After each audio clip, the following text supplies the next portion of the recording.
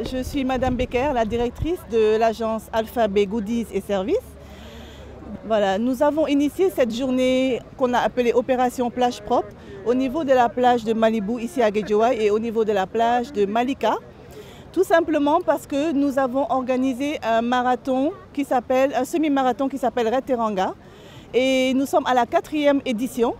Et chaque année, nous traversons cette zone. Donc nous commençons au niveau de la plage de Malibu et nous allons jusqu'au lac Rose. Et donc forcément on traverse Malika, Tivaouane Peulh et on arrive au lac Rose. Et on a constaté que les plages sont très sales.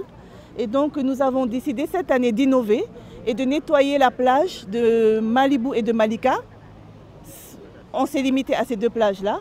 Et donc nous avons fait appel vraiment à beaucoup d'autres acteurs qui sont présents ici. Je peux les citer. Il y a tout d'abord le sous-préfet de Sam Notaire, qui représente aussi le préfet de Guédiawaye. Nous avons aussi le représentant du cadre de vie.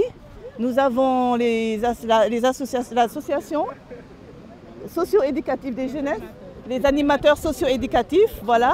Nous avons la Sonaged.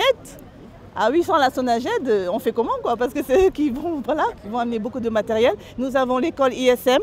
Et nous avons surtout l'église de Bethel aussi qui est là, des bénévoles qui sont venus. Voilà. Une initiative qui vient dans un contexte où on parle du COP30 et dans le cadre de changement climatique. Aujourd'hui, quel est le message que vous pouvez véhiculer à travers cette activité? Voilà, le message vraiment, il est très simple. Nettoyer, c'est bien, mais ne pas salir, c'est mieux.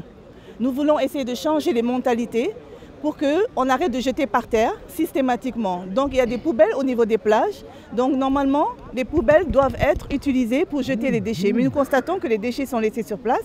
Et nous voulons vraiment sensibiliser les jeunes, surtout qui viennent ici, la jeunesse de cette localité et de la localité de Malika, pour qu'ils évitent de laisser les choses par terre. Et surtout, les sensibiliser sur les dangers des déchets plastiques. Parce que les déchets plastiques restent enfouis dans le sable.